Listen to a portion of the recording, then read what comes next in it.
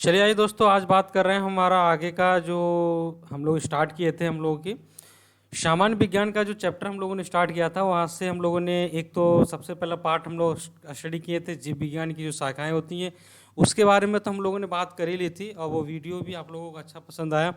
और आज हम बात कर रहे हैं सेल का दूसरा पार्ट, यानी कि सेल का पहला पार्ट में हम लोगों ने बात किया था, उसमें बहुत सारी चीज़ें मैंने डिस्कस की थी। ठीक है, अगर आपने उसको नहीं देखा तो उसको भी देखिए। बहुत ज़्यादा इंपॉर्टेंट टॉपिक्स है ये सब, जितनी भी जनरल साइंस के एग्जाम्स होते हैं, चाहे वो आपका एसएससी का हो, ईपीटेट, सुपरटेट, किसी का भी हो, ईपीपीएससी, किसी का भी एग्ज़ाम हो, हर वो एग्ज़ाम जिसमें जनरल साइंस पूछा जाता है, जो मैं पढ़ा रहा हूँ यहाँ से 100% आपके क्वेश्चन आएंगे। अगर आपने मेरे पढ़ाए हुए नोट्स को कंप्लीट कर लिया, याद कर लिया, तो आपको पक्का है कि यहाँ से क्वेश्चन बाहर कभी जाने वाला नहीं है।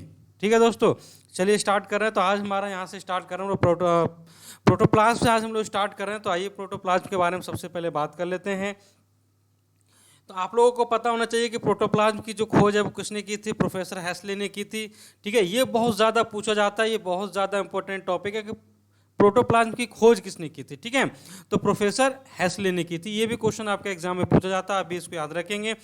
और प्रोटोप्लाज्म को जीवन की भौतिक आधार इकाई कहा जाता है। प्रोटोप्लाज्म जो होता है वो आपका जीवन का भौतिक आधार, जीवन की शायद आई थिंक कोशिका होना चाहिए था, कोशिका की भौतिक आधार इसको कहा जाता है। ठीक है, अब प्रोटोप्लाज्म जो है वो दो चीज़ों से मिलकर के बना होता है। ये तो आप जानते ही हैं कि प्रोटोप्लाज्म जो दो चीज़ों से मिलकर बनता है, एक होता है साइटोप्लाज्म और एक होता है न्यूक्लियस। क्योंकि साइटोप्लाज्म आपका प्रोटोप्लाज्म के अंदर पाया जाता है और न्यूक्लियस भी आपका प्रोटोप्लाज्म के अंदर ही पाया जाता है दोस्तों। ठीक है, और ये जो साइटोप्लाज्म है इसमें क्या होता है कि जितने भी कोशिका के अंग होते हैं, कोशिका के अंदर जितने भी अंग होते हैं, चाहे वो माइटोकॉन्ड्रिया हो, चाहे वो राइबोसोम हो, चाहे वो आपका लाइसोसोम हो, कुछ भी हो, सबकी सब जो है वो किसके अंदर? साइटोप्लाज्म के अंदर तैरते रहते हैं दोस्तों। किसके अंदर तैरते रहते हैं? साइटोप्लाज्म के अंदर तैरते रहते हैं। ये जो साइटोप्लाज्म है बहुत ज़्यादा इंपॉर्टेंट टॉपिक है। अगर आपको अभी आपको लग रहा है कि इंपॉर्टेंट नहीं, लेकिन मैं जब और ज़्यादा डिटेल में पढ़ाऊंगा तब मैं आपको बताऊंगा कि साइटोप्लाज्म बहुत ज़्यादा इंपॉर्टेंट है। ठीक है, इसलिए आप इसको हल्के में ना लें, बहुत ज़्यादा इंपॉर्टेंट होता है साइटोप्लाज्म दोस्तों। ठीक,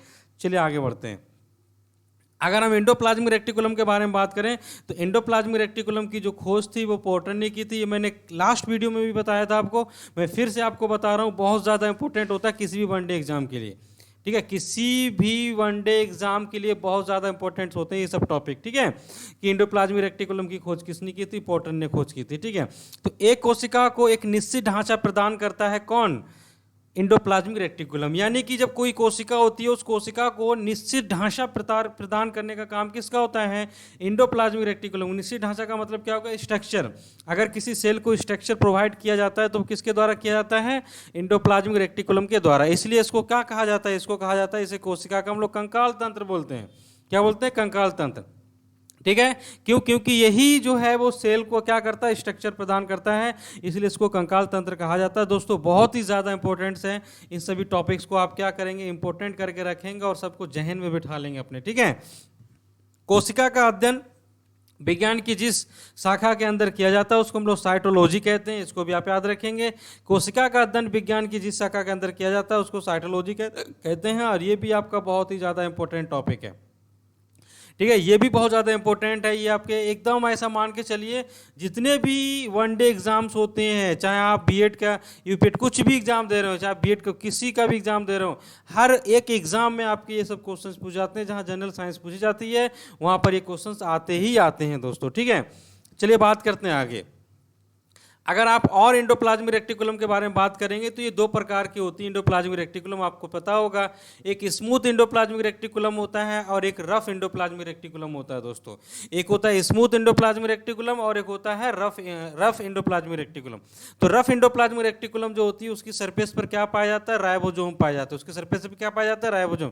और यही राइबोसोम जो होता है वो प्रोटीन को सिंथेसाइज करता है। किसको सिंथेसाइज करता है? प्रोटीन को सिंथेसाइज करने का काम होता है किसको? एंडोप्लाज्मिक रेक्टिकुलम के सरफेस पर पाया जाने वाला राइबोसोम। ठीक है, जिसकी सरफेस यानी जिसके कारण जो राइबोसोम जो होता है ये आपके एंडोप्लाज्मिक रेक्टिकुलम के सरफेस पे पाया जाता है, जिसके कारण उसकी सरफेस कैसी हो जाती है? खुरदरी। खुरदरी का मतलब क्या होता है? रफ। यानी एंडोप्लाज्मिक रेक्टिकुलम की जो सरफेस है वो खुरदरी हो जाती है, इसलिए उसको कहा जाता है रफ एंडोप्लाज्मिक रेक्टिकुलम। और जो स्मूथ एंडोप्लाज्मिक रेक्टिकुलम होता है दोस्तों, उसकी सरफेस पर आपका राइबोसोम नहीं पाया जाता है। ये क्वेश्चन भी यहाँ से बनता है।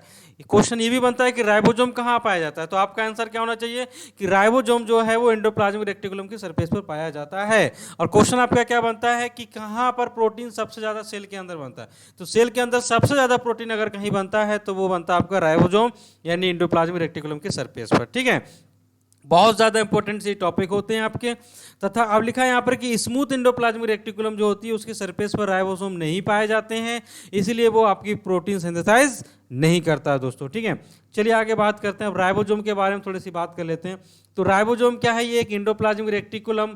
ठीक है, राइबोसोम जो है वो कहाँ कहाँ पाया जाता है, आपका एंडोप्लाज्मिक रेटिकुलम हो गया, ठीक है, और साइटोप्लाज्म हो गया, केंद्रक हो गया, प्लास्टिड हो गया, इन सभी जगहों में आपका राइबोसोम पाया जाता है। तो जहाँ जहाँ राइबोसोम पाया जाएगा वो क्या करेगा, वो वहाँ वहाँ प्रोटीन को सिंथेसाइज करने का काम करता है। ठीक है, ये प्रोटीन निर्माण करने में सहायता करता है, इसलिए इसको क्या कहा जाता है, प्रोटीन का यानी कि प्रोटीन निर्माण की फैक्ट्री कहा जाता है। राइबोसोम को क्या कहा जाता है दोस्तों, प्रोटीन निर्माण की फैक्ट्री इसको कहा जाता है। बहुत ही ज़्यादा इंपॉर्टेंट है, इसको तो आप एकदम इंपॉर्टेंट मार्क करके रखिए, एकदम इंपॉर्टेंट मार्क करके रखिए। ये आपके एग्जाम में 100% ये सब क्वेश्चन आते हैं दोस्तों। आप क्या करें, इनको नोट कर लें। ठीक है, नोट करके आप कॉपी में लिख लें और इसको एकदम दिमाग में बिठा लें, जहन में बिठा लें, सब क्वेश्चन आते ही आते हैं। ठीक है, चलिए बढ़ते हैं आगे। अब बात करते हैं लाइसोसोम पे। तो लाइसोसोम क्या होता है, लाइसोसोम की खोज जो वो डी डुबे नामक एक वैज्ञानिक था उसने की थी। ये साइंटिस्ट वाले जितने भी हैं ये सब की सब इंपॉर्टेंट्स हैं, सब एग्जाम में पूछे गए हैं और पूछे जाते हैं। इसकी संरचना जो एक थैले की जैसी होती है। ठीक है, जो लाइसोसोम होता है उसकी संरचना एक थैले की जैसी होती है। उसमें क्या होता है, उस थैले में तीव्र एंजाइम्स भरे होते हैं। उस थैले में क्या पाए जाते हैं, तीव्र एंजाइम्स। तीव्र एंजाइम्स का मतलब क्या हो गया, एक्टिव। ठीक है, एक्टिव एंजाइम्स जो है पाए जाते हैं, बहुत ज़्यादा एक्टिव एंजाइम्स होते हैं, जिनकी सहायता से यानी कि उन तीव्र एंजाइम की सहायता से माइक्रो ऑर्गेनिज्म तथा हानिकारक जितने भी कोशिकाएं होती हैं उनको मारा जाता है, उनको मारने का काम किया जाता है। किसके द्वारा, उन एक्टिव एंजाइम्स के द्वारा। ठीक है, तो एक समय ऐसा आता है कि ये जो आपका लाइसोसोम होता है, जो थैलेनुमा इसकी स्ट्रक्चर होती है, वो खुद फट जाता है, खुद फट जाता है। और फटने के बाद क्या हो जाता है, इसीलिए इसको सुसाइड बैग कहा जाता है। इसलिए इसको क्या कहा जाता है दोस्तों, सुसाइड बैग कहा जाता है। आपसे क्वेश्चन क्या पूछा जाएगा, लाइसोसोम के बारे में अगर क्वेश्चन पूछा जाएगा तो आपसे पूछा जाएगा कि इसकी खोज किसने की थी, डी दुबे ने की थी।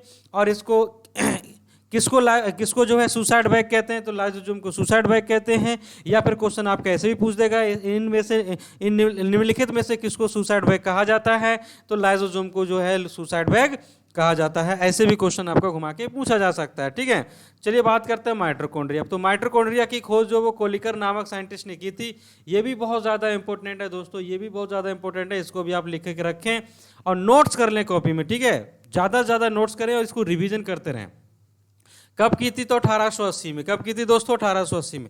इसका नामकरण किसने किया था, इसका नामकरण किया गया था आल्टमान के द्वारा। तो आल्टमान के द्वारा माइटोकॉन्ड्रिया का सबसे पहले जो नाम दिया गया था वो था आपका क्या चीज, बायोप्लास्ट। क्या नाम था इसको, बायो। एकदम याद रखेंगे, माइटोकॉन्ड्रिया की खोज की कोलिकर ने। ठीक है, माइटोकॉन्ड्रिया का सबसे पहले नाम क्या दिया गया था, बायोप्लास्ट, उसका सबसे पहले नाम दिया गया था। वो नाम किसने दिया था, वो नाम दिया था आपका किसने, अल्टमान ने। बहुत ज़्यादा इंपॉर्टेंट है। और माइटोकॉन्ड्रिया नाम देने वाले व्यक्ति का नाम क्या था, सी बेंडा। माइटोकॉन्ड्रिया नाम देने वाले व्यक्ति का नाम क्या था, सी बेंडा। क्या नाम था दोस्तों, सी बेंडा। सी बेंडा ने माइटोकॉन्ड्रिया नाम दिया था माइटोकॉन्ड्रिया को। ठीक है, बायोप्लास्ट किसने बोला था, अल्टमान ने। और उसकी खोज किसने की थी, कोलिकर नामक वैज्ञानिक ने। ठीक है, बहुत ज़्यादा इंपॉर्टेंट है, इसको आप याद रखेंगे। माइटोकॉन्ड्रिया में एक F1 कण पाया जाता है दोस्तों। ठीक है, माइटोकॉन्ड्रिया में एक F1 कण पाया जाता है जहां पर ग्लूकोज का विखंडन होता है। जब ग्लूकोज का विखंडन होगा किसकी प्रेजेंस में, ऑक्सीजन के प्रेजेंस में, तो वो क्या बनाएगा, वो एटीपी का निर्माण करता है। किसका निर्माण करता है दोस्तों, एटीपी का निर्माण करता है। ठीक है, और एटीपी का फुल फॉर्म क्या है, एडिनोसिन ट्राइफॉस्फेट इसको कहते हैं, कि रूप में हमको ऊर्जा बाहर मिलती है। ठीक है, एटीपी के रूप में क्या मिलती है हमको, ऊर्जा बाहर मिलती है। ये ऊर्जा कहाँ पर मिलती है, ये आपके माइटोकॉन्ड्रिया मिलती है। माइटोकॉन्ड्रिया में कहाँ पर F1 जो होता है वहाँ पर ग्लूकोज का विखंडन होता है और वहाँ से हमको एटीपी का निर्माण होता है। और एटीपी क्या है, एक ऊर्जा का रूप होता है दोस्तों। ठीक है, ये कोशिका का सबसे ज्यादा ऊर्जा, यानी कि कोशिका को सबसे ज्यादा ऊर्जा अगर कोई प्रदान करता है तो वो है माइटोकॉन्ड्रिया। इसलिए माइटोकॉन्ड्रिया को क्या कहा जाता है, एनर्जी की फैक्ट्री। इसलिए क्या कहा जाता है इसको, एनर्जी की फैक्ट्री भी कहा जाता है। आपसे क्वेश्चन बहुत सारे पूछे जा सकते हैं यहाँ से। माइटोकॉन्ड्रिया को क्या कहा जाता है, एनर्जी की फैक्ट्री। एनर्जी की फैक्ट्री किसको कहते हैं, माइटोकॉन्ड्रिया को। ठीक है, ऐसे बहुत सारे क्वेश्चन जो है पूछे जा सकते हैं आपसे। ठीक है, चलिए बढ़ते हैं आगे। अब आते हैं हम लोग प्लास्टिड पे बात करते हैं।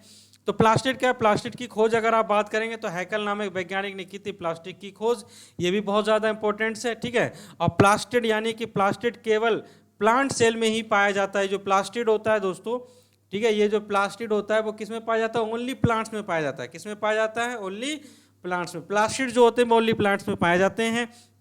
सिम्पर नामक वैज्ञानिक ने लवण को रंगों के आधार पर 3 भागों में बांटा था। सिम्पर नाम का जो वैज्ञानिक था, ये भी बहुत ज़्यादा इंपॉर्टेंट है कि किसने उसको लवण को 3 भागों में बांटा। तो सिम्पर ने जो है लवण को 3 भागों में बांटा था। कौन कौन था? एक था आपका वर्णी लवक जिसको हम लोग क्रोमोप्लास्ट बोलते हैं, और एक होता है आपका वर्णी लवक जिसको लिकोप्लास्ट बोला जाता है, और एक होता है आपका हरित लवक जिसको क्लोरोप्लास्ट बोला जाता है दोस्तों, ठीक है। एक होता है आपका क्रोमोप्लास्ट, एक होता है आपका लिकोप्लास्ट, एक होता है हरित। हम लोग तीनों पे बहुत डिटेल में बात करेंगे कि क्रोमोप्लास्ट क्या होता है, लिकोप्लास्ट क्या होता है और क्लोरोप्लास्ट क्या होता है, सब पे हम लोग डिटेल में बात करने वाले हैं आने वाले वीडियो में। तो पौधे के वे हिस्सों जो रंग बिरंगे होते हैं, पौधे के वे हिस्से जो रंग बिरंगे होते हैं, उनमें क्या पाया जाता है? उनमें क्रोमोप्लास्ट पाया जाता है दोस्तों। उसमें क्या पाया जाता है? क्रोमोप्लास्ट पाया जाता है। जहां वर्णी लवक यानी कि क्रोमोप्लास्ट पाया जाता है, यानी कि जितने पौधे रंग बिरंगे होते हैं, जितने भी पौधे रंग बिरंगे होते हैं, हर एक पौधे का रंग किसके कारण होता है? तो वो होता है क्रोमोप्लास्ट के कारण। किसके कारण? एक रंग को छोड़ करके, वो रंग कौन सा? हरा रंग। कौन सा रंग? हरा रंग। क्योंकि हरा रंग जो है वो आपका क्लोरोप्लास्ट के कारण होता है। इसलिए हरे रंग को छोड़ करके जितने भी रंग किसी पौधे में पाए जाते हैं या किसी फूल में पाए जाते हैं, वो किसके कारण होते हैं? वो क्रोमोप्लास्ट के कारण होते हैं दोस्तों, ठीक है। तो बहुत ही ज़्यादा इंपॉर्टेंट आज का वीडियो था, बहुत ही ज़्यादा इंपॉर्टेंट आज का क्लास था दोस्तों। आपको कहीं भी समझ में नहीं आया तो प्लीज़ कमेंट जरूर करें और कमेंट करके हमको बताएं कि आपको क्लास कैसी लगी, ठीक है। आप लोगों की कमेंट ही जो है हम लोगों को क्लास देने की मोटिवेशन करता है। तो प्लीज़ वीडियो को कमेंट जरूर करें, जरूर हमको बताएं कि आपको क्लास कैसे लगा दोस्तों, ठीक है। हम मिलेंगे हमारे अगले वीडियो में, यानी कि सेल के आगे के पार्ट में, ठीक है। सेल के आगे पार्ट में हम लोग बात करेंगे दोस्तों, ठीक है। सेल का जो आगे का पार्ट आएगा उसमें लोग बात करेंगे। तब तक के लिए आप लोग जो है पढ़ते रहिए, मुस्कुराते रहिए और तैयारी करते रहिए, ठीक है।